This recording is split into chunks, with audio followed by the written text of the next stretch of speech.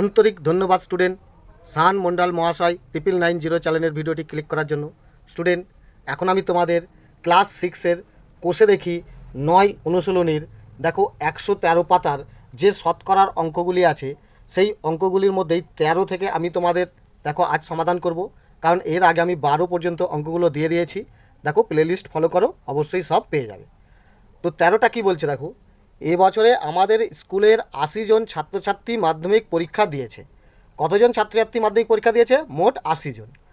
যদি 65% ছাত্রছাত্রী পাস করে তবে হিসাব করে দেখি কতজন ছাত্রছাত্রী এবছরে মাধ্যমিক পরীক্ষায় পাস করেছে। কত পার্সেন্ট মাধ্যমিক পরীক্ষায় পাস করেছে? 65%। 65% মানে এই যে শতকরা কথাটি আছে পার্সেন্ট, এইটা মানে হচ্ছে 100। তাহলে 100-র মধ্যে 65 জন পাস করেছে, 80 জনের মধ্যে কতজন পাস করেছে, এটাই আমার অঙ্ক। ওকে, তো দেখো এটা খুবই সহজে 2 লাইনে অঙ্ক হয়ে যাবে। দেখো এখানে তোমার যে কথাটা বলেছে সেটা লিখে নাও। কতজন ছাত্রছাত্রী? দেখো 80 জন। ওকে, 80 জন ছাত্রছাত্রীর কত পার্সেন্ট পাস করেছে? দেখো 65% পাস করেছে। ওকে, তাহলে কতজন মাধ্যমিকে পাস করেছে? এখানে উত্তর লিখে দাও যে অতএব এবছরে মাধ্যমিকে পাস করেছে বা মাধ্যমিক পরীক্ষায় পাস করেছে। দেখো কতজন হবে? মোট ছাত্র হচ্ছে 80 জন, তাহলে লেখো 80 ইন্টু। ওকে, কত পার্সেন্ট ছাত্র পাস করেছে? 65%। মানে এখানে কি বলছে? 100 জনে 65 জন পাস করেছে, তাহলে 80 জনে কত? এটা কাটাকাটি করলেই তোমার উত্তর পেয়ে যাবে কতজন।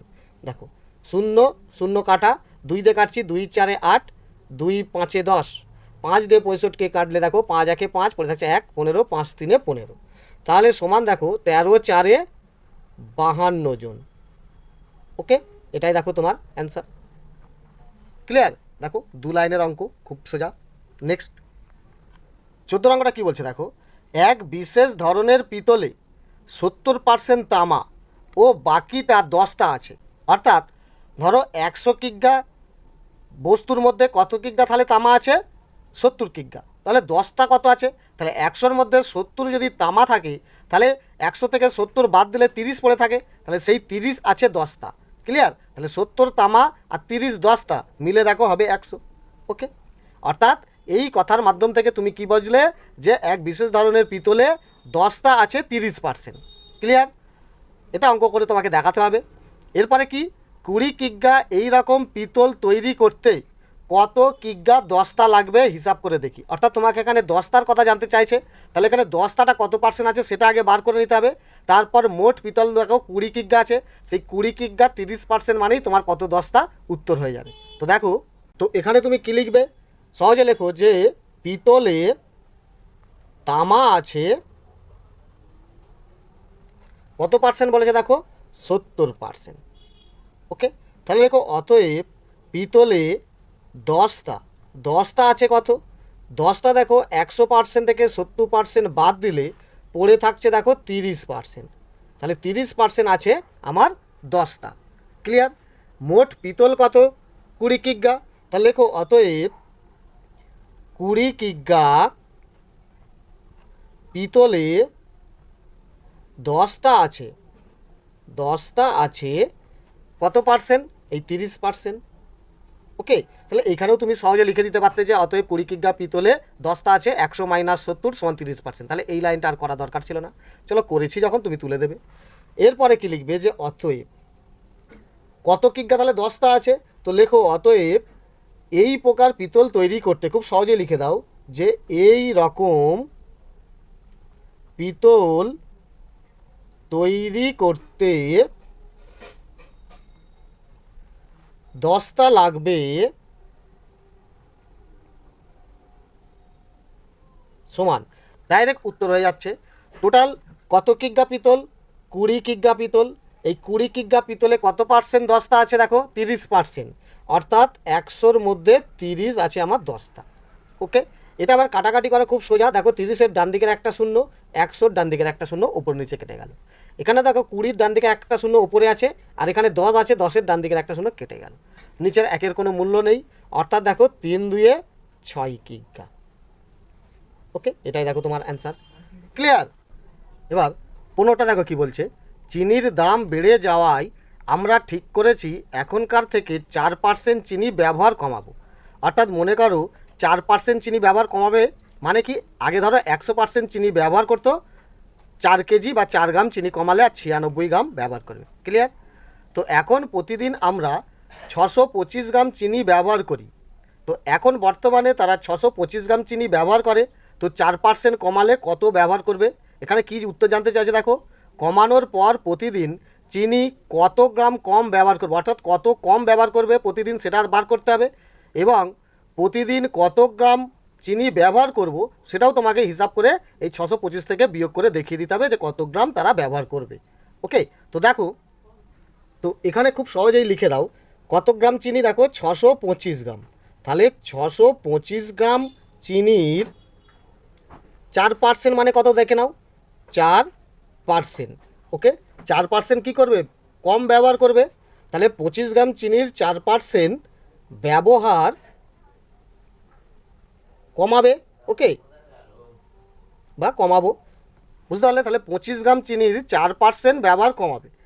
তাহলে কত ব্যবহার কমাবে এটা লিখে দাও, যে অতএব উত্তরটা সহজেই একটা পেয়ে যাবে যে প্রতিদিন চিনি কম ব্যবহার করব, কম ব্যবহার করব কত। ঠিক আছে, তাহলে দেখো প্রতিদিন ব্যবহার করতো কত, 625 গ্রাম, এর 4% মানে কত, তাহলে কি বলছে দেখো 100-র মধ্যে 4। ওকে, তাহলে এটা কাটাকাটি করলে কি উত্তর হবে দেখো, 4 দিয়ে যদি কাটো দেখো 4 25-এ 100। ওকে, আর 25 দিয়ে এটা কাটলে দেখো 25 2-এ 50, পড়ে থাকবে 12, 12 আর 5-এ 125, 25 5-এ 125, অর্থাৎ 25 25 625।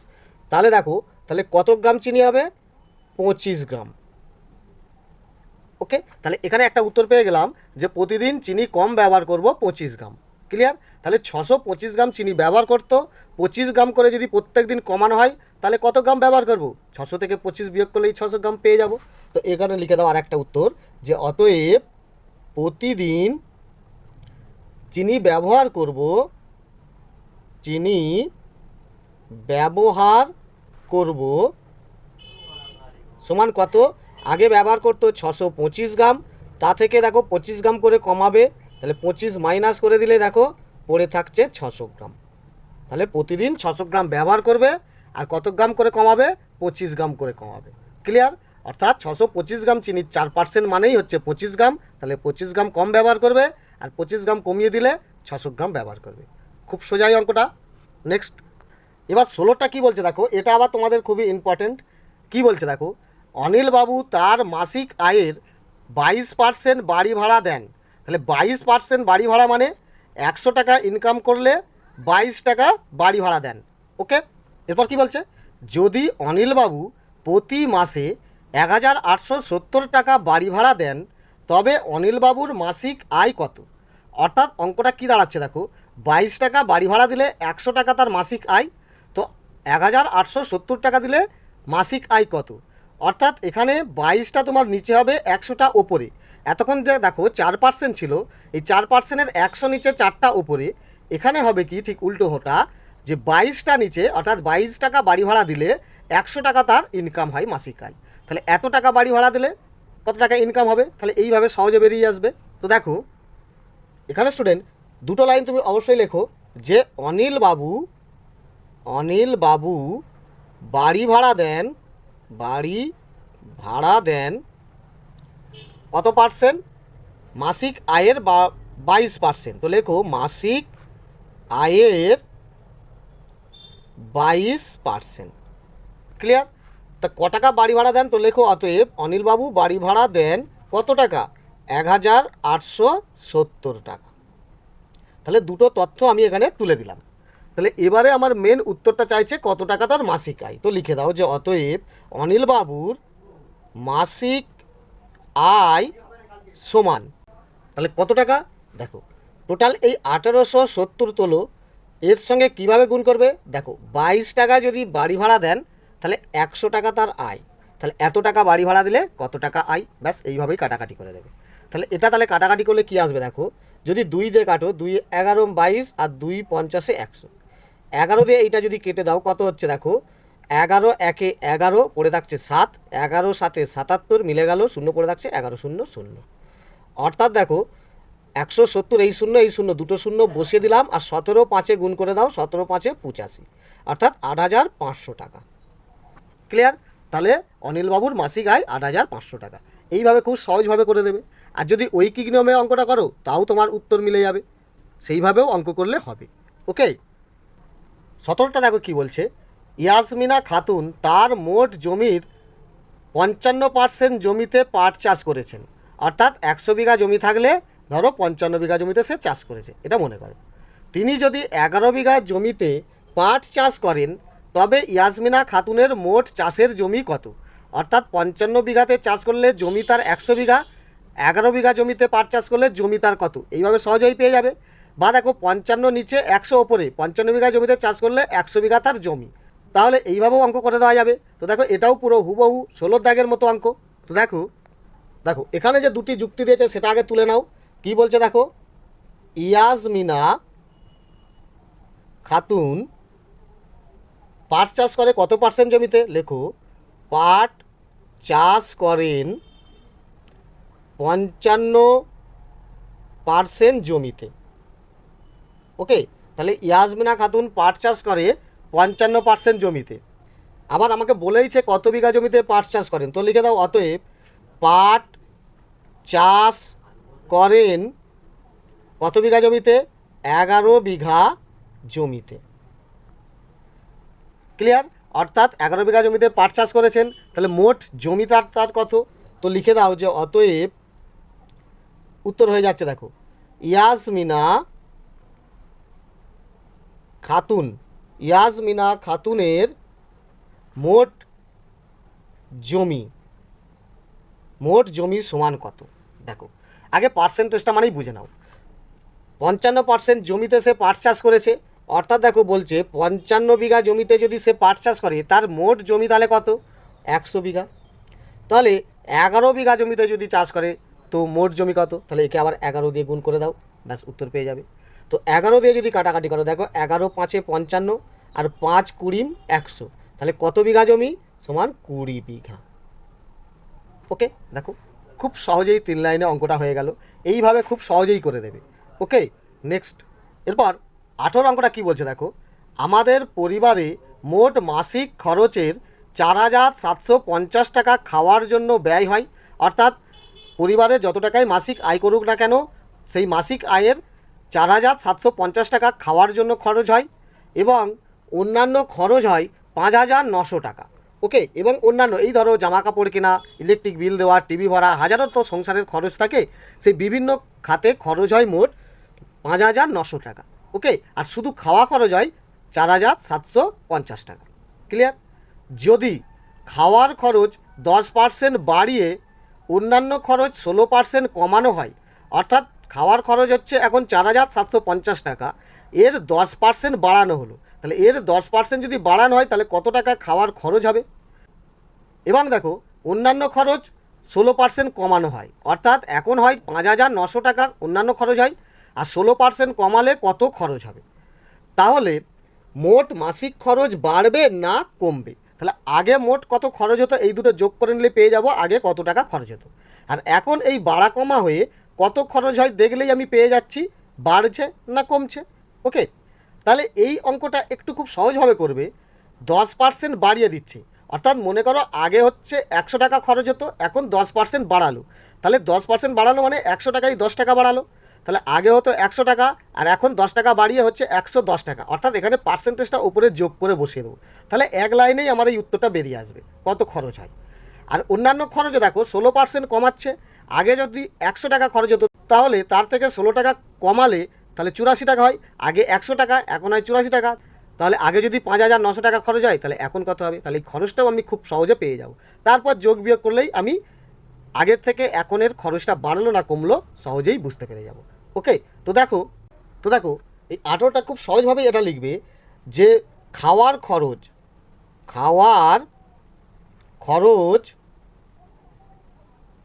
কত টাকার কত বাড়ালো?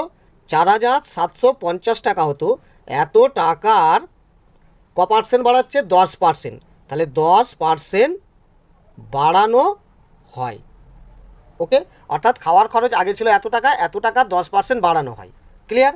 তাহলে অতএব খাওয়ার খরচ হবে, এখন তাহলে খাওয়ার খরচ কত হবে? আগে দেখো হতো 4,750 টাকা, এখন খাওয়ার খরচ বাড়ানো হয়েছে। তাহলে মনে করো এই যে 10% মানে একদম সোজা চলে যাচ্ছে অঙ্ক।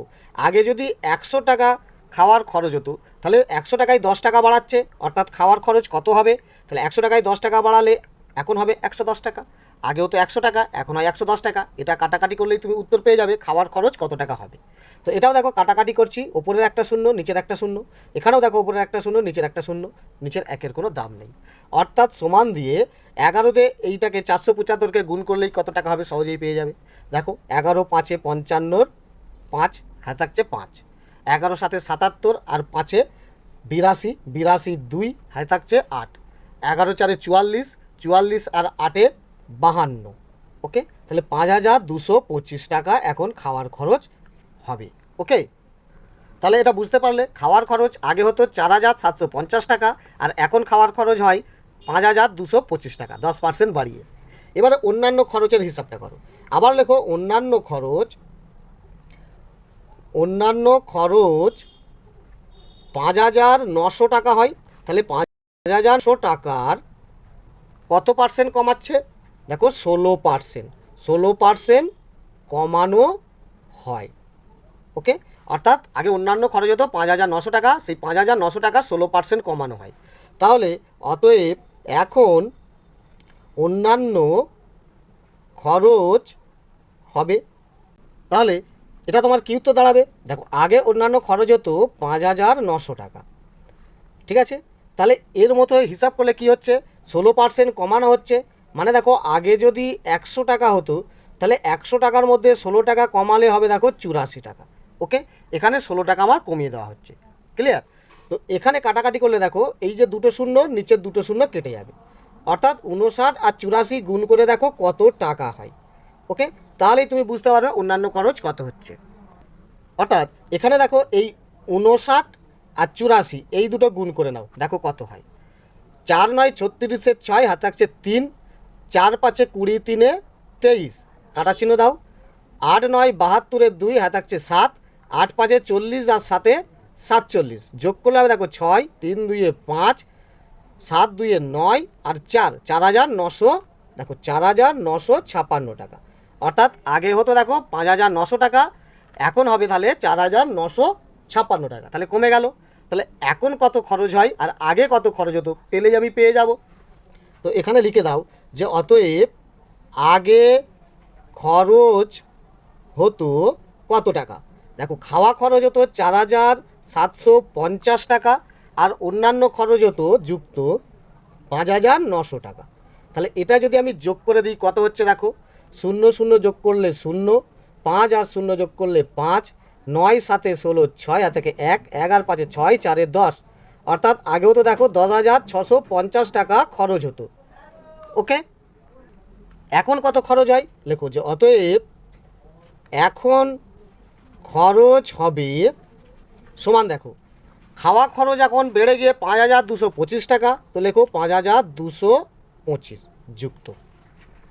আর এখন অন্যান্য খরচ কত হচ্ছে দেখো কমিয়ে দিয়ে 4,956, এটা যোগ করে দাও 4,956। তাহলে এটা যোগ করলে দেখো 6 5 11 1 হ্যাঁ থাকছে কত 1, 5 2 7 আর 1 8, 9 আর 2 11 1 হ্যাঁ থাকছে 1, 5 4 9 আর হাতের 1 নিলে 10। অর্থাৎ দেখো আগে হতো 10,650 টাকা, এখন হচ্ছে 10,181 টাকা। তাহলে কথার মাধ্যমে তুমি বুঝতে পেরে গেলে যে এখন খরচ কম হবে। তাহলে তোমার উত্তর জানতে চাইছে মাসিক খরচ বাড়বে না কমবে? তাহলে নিশ্চয়ই কমবে। তো যে অতএব এখন মাসিক খরচ কমবে। ওকে, ব্যাস এটাই তোমার উত্তর হয়ে গেল। তাহলে বাড়লো না কমলো তুমি এখান থেকে উত্তর করেই খুব সহজেই তুমি এটা পেয়ে যাবে। ওকে, এই অঙ্কটা খুবই তোমাদের ইম্পর্টেন্ট, অবশ্যই এটা রিপিট করে দেখো, এইভাবে খুব সহজেই করে দিতে পারবে। পরীক্ষার খাতায় তুমি সময় অবশ্যই কমাতে পারবে। যদি ঐকিক নিয়মে অঙ্কটা করতে চাও তাহলে খাওয়ার খরচের জন্য একটা ঐকিক নিয়মের ছক করতে হবে, আবার অঙ্ক করতে হবে, আবার অন্যান্য খরচের ক্ষেত্রেও ছকটা করে তোমাকে ঐকিক নিয়মের অঙ্কটা করতে হবে। দুটো অঙ্ক করার পরে আবার এই দুটো যোগ করে তাই তোমাকে বাড়বে না কমবে করতে হবে, অর্থাৎ তোমার অনেকটা বড় খাতা প্রয়োজন আর অঙ্কটা অনেক সময় সাপেক্ষ হয়ে যাবে। তাহলে খুব অল্প সময়ে এইভাবে পার্সেন্টেজ অর্থাৎ শতকরার অঙ্কগুলো দেখিয়ে দেবে। ওকে, এরপর 19টা কী বলছে দেখো, একটি শহরের বর্তমান জনসংখ্যা 26,250 জন, মানে বর্তমানে এখন ধরো 26,250 জন তোমাদের একটি শহরের বা গ্রামের জনসংখ্যা। যদি বার্ষিক 4% হারে জনসংখ্যা বাড়ে তবে পরের বছরের জনসংখ্যা কত হবে হিসাব করি। অর্থাৎ 4% হারে যদি এক বছরে বাড়ে তা পরের বছরে কত জনসংখ্যা হবে। অর্থাৎ মনে করো 4% মানে আগে 100 জন ছিল, 4% বেড়ে গিয়ে হচ্ছে 104 জন, তাহলে এতজন হলে কতজন, তাহলে খুব সহজেই 2 লাইনের উত্তরটা হয়ে যাবে। তারপরে আবার কি বলছে দেখো, 2 বছর পরে, মানে এক বছরে এটা হিসাব করে নিলাম, তার পরের বছরেই 2 বছর হয়ে যাচ্ছে, জনসংখ্যা কত হবে। তো এই অঙ্কটাও দেখো খুবই সোজা এবং খুব ইম্পর্টেন্ট। দেখো অর্থাৎ তুমি এখানে খুব সহজে লেখো যে 26,250 জনের কত পার্সেন্ট বাড়ছে, বার্ষিক 4% হারে বাড়ে।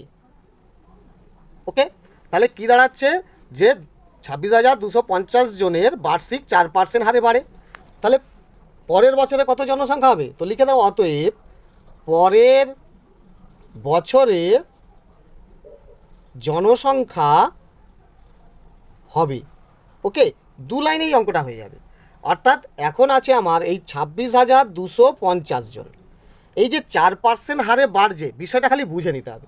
ধরো এখন আছে আমার 100 জন, তাহলে 4% হারে বাড়বে, 100 জনে যদি 4 জন বাড়ে তাহলে কতজন হবে, 104 জন। 100 জন আগে ছিল, 4% হারে বেড়ে 104 জন হবে, তাহলে এতজন আগে ছিল তাহলে কতজন হবে, অঙ্কটা করলেই উত্তর মিলে যাবে। দেখো এটা 0 0 কাটা, 5 দিয়ে যদি এই দুটোকে কাটি দেখো 5 2 10, আর এটাকে 5 দিয়ে কাটলে দেখো 5 5 25, পড়ে থাকছে 1 1 আর 2 12, 5 2 10 পড়ে থাকছে তাহলে 2 2 আর 5 25, 5 5 25, তাহলে 5 দিয়ে এটাকে ভাগ করলে এইটা হবে। এবার দেখো এই 2 দিয়ে এটাকে কাটো, দেখো 2 5 10, 2 2 4, ক্লিয়ার। দেখো কাটাকাটি দেখো নিচে কভার কেটেছে 1 2 3, ওপরেও দেখো 1 2 3, তাহলে পারফেক্ট কাটাকাটি হয়েছে। তাহলে এটা এবারে গুণ করলে কত হবে, দেখো কত আছে এখানে, দেখো 525, আর যদি এই 52 আমি গুণ করি কতজন হবে, দেখো 2 5 10 0 এটাকে 1, 2 2 4 1 5, 2 5 10, এটা যদি 5 দিয়ে গুণ করি 5 5 25 5 হাতে 2, 5 2 10 আর 2 12, 2 হাতে 1, 5 5 25 1 26, যোগ করলে হবে দেখো 0, 5 5 10 0 হাতে 1, 2 আর 1 3, 6 1 7 আর 2 27,300 জন। দেখো 27,300 জন, তাহলে পরের বছরে 4% হারে বেড়ে 27,300 জন জনসংখ্যা হবে। ওকে, এরপরে আরেকটা উত্তর চাইছে যে 2 বছর পরে, অর্থাৎ 1 বছর পরে এতজন হয়েছে, তার পরের বছরে অর্থাৎ 2 বছর হয়ে যাচ্ছে, তাহলে এর আবার পরের বছরে কত জনসংখ্যা হবে।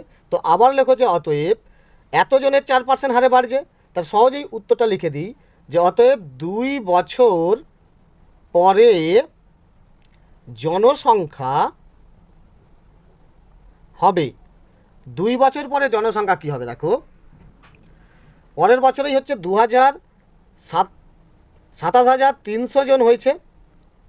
ওকে, এরও আবার 4% হারে বাড়ছে, মানে ঠিক এইভাবেই, অর্থাৎ 100 জনে ছিল আগে, পরের বছরে তাহলে হয়ে যাবে 104 জন। এটা কাটাকাটি করো, দেখো 2 শূন্য কেটে দিলাম, অর্থাৎ 273-এর সঙ্গে 104 গুণ করে দেখে নাও কতজন। দেখো কত আছে, 273, এর সঙ্গে 104 গুণ করতে হবে। 4 3 12, 2 হাত থেকে 1, 4 7 28 আর 1 29, 9 হাত আছে 2, 4 2 8 আর 2 10, ক্লিয়ার। কাটার চিহ্ন দাও, 0 দিয়ে গুণ করলেই 3টে 0 হয়ে যাবে, কারণ 0 3 0, 0 7 0, 0 2 0। আবার এখান থেকে হবে 1 3 3, 1 7 7, 1 2 2। দেখো এটা হিসাব করলে 2, 9 আর 0 9, 3 আর 0 যোগ করলে 3, 6 আর 1 7 আর 1 8 আর 2, তাহলে 28,392 জন। তো এখানে লিখে দাও 28,392 জন। ওকে, দেখো খুব সহজভাবে বেরিয়ে এলো। আর ঐকিক নিয়মে করলে তোমাকে দুটো ঐকিক নিয়মে করতে হবে, অঙ্কটা অনেক বড় হয়ে যাবে। তো এইভাবে খুব সহজেই অঙ্কগুলো করে দেবে। ওকে, এরপর লাস্ট এই 20 অঙ্কটা কি বলছে দেখো, ফসল ওঠার মুখে ধানের দাম ছিল কুইন্টাল প্রতি 1080 টাকা। অর্থাৎ যখন ফসল উঠছে তখন 1 কুইন্টাল ধানের দাম ছিল 1080 টাকা। ওকে, বর্ষাকালে ধানের দাম 15% বৃদ্ধি পেয়েছে। অর্থাৎ তারপরে আবার যখন বর্ষাকাল হয় তখন ধানের দাম 15% বেড়ে গেছে।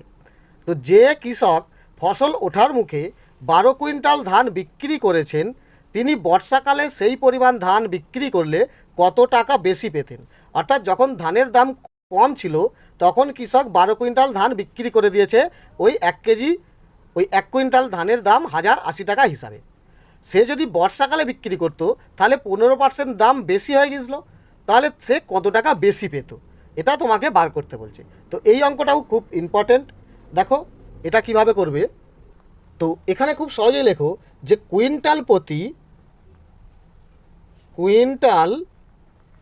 প্রতি অর্থাৎ প্রতি কুইন্টাল, ওকে, 1080 টাকা হিসাবে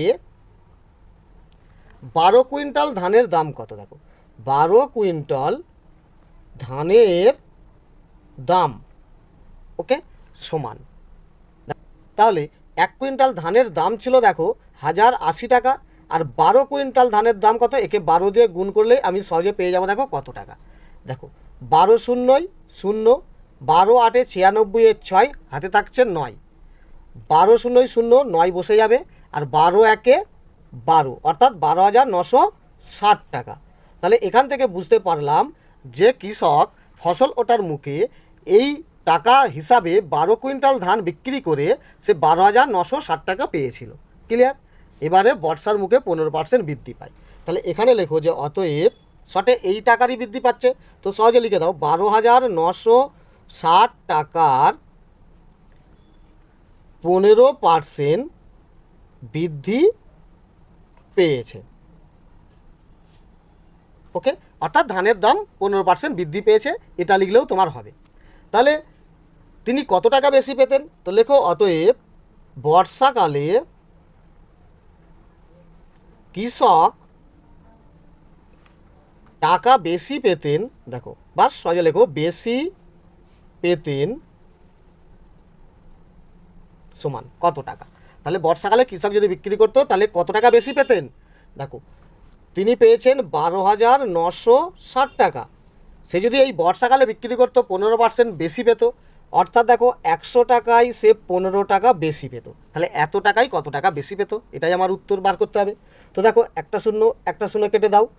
ওকে, 5 দিয়ে কাটো, দেখো 5 3 15, 5 2 10, 2 দিয়ে এটাকে কাটো, দেখো 2 6 12 মিলে গেল, 2 4 8 পড়ে থাকছে 1, আর 16, 2 8 16, অর্থাৎ দেখো 648কে 3 দিয়ে গুণ করলে কী পাবে? দেখো 3 8 24 4, হাতে থাকছে কত? 2, 3 4 12, আর 2 14 4, হাতে থাকছে 1, 3 6 18, 1 19, অর্থাৎ 1944 টাকা তিনি বেশি পেতেন। দেখো বর্ষাকালে কৃষক বেশি পেতেন 1944 টাকা। দেখো এটাই তোমার অ্যান্সার। ওকে, এইভাবে খুব ইজি সহজে অঙ্কগুলো বার করে দেবে। তো আশা করি এই ভিডিও তোমাদের অনেক উপকারে আসছে। তো ভিডিও ভালো লাগলে অবশ্যই একটা লাইক করে দিও, আর চ্যানেলে অন্যান্য ভিডিওগুলি পাওয়ার জন্য অবশ্যই সাবস্ক্রাইব বাটনটি ক্লিক করে রাখবে। ধন্যবাদ।